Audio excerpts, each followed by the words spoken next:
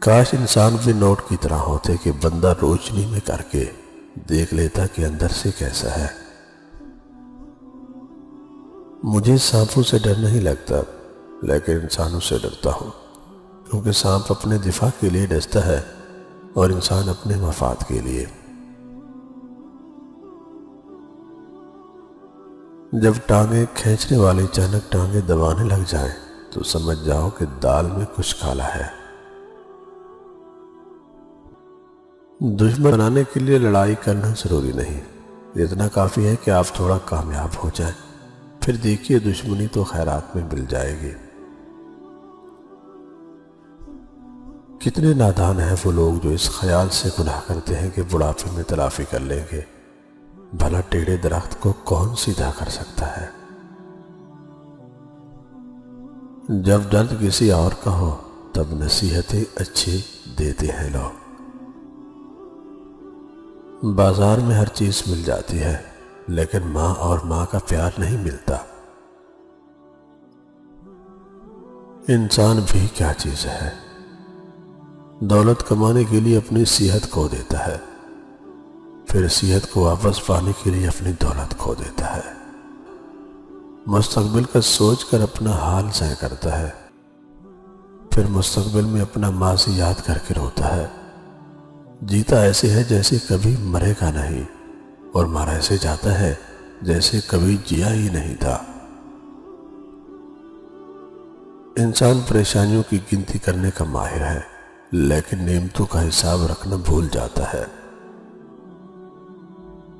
سرکار دو عالم صلی اللہ علیہ وسلم نے فرمایا، جس نے کہا اللہ کے سوا کوئی عبادت کے لائق نہیں، پھر اس پر ثابت قدم رہے، وہ جنت میں داخل ہوگا۔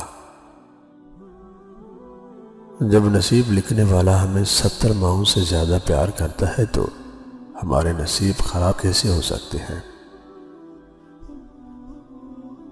وہ جو رب ہے وہی سب ہے۔ بہترین ہے وہ جوانی جو اللہ کی عبادت میں گزر جائے۔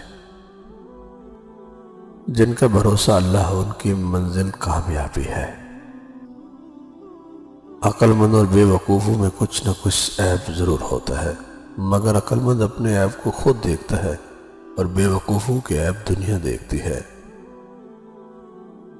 کبھی کبھی ہم غلط وقت پر غلط لوگوں کے سامنے رو پڑتے ہیں۔ لوگ غلط نہیں ہوتے، وہ بس ہمارے حق میں صحیح نہیں ہوتے۔ جو شخص اپنے خلوص کی قسمیں کھائے اس پر کبھی بھی اعتماد نہ کرو۔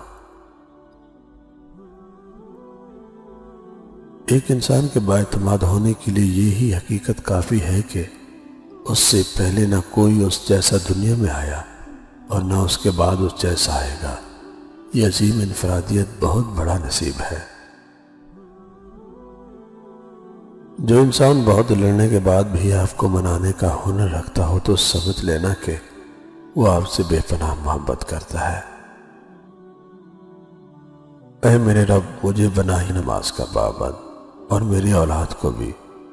اے ہمارے رب، اور ہماری دعا قبول فرمائے۔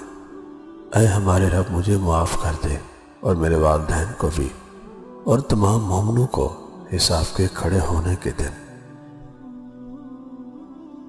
شیطان کی انسان پر کی گئی ساری سرمایہ کاری اس وقت مکمل طور پر ڈوب جاتی ہے جب بندہ سچی توبہ کر کے اپنے رب کے در پہ جھک جاتا ہے۔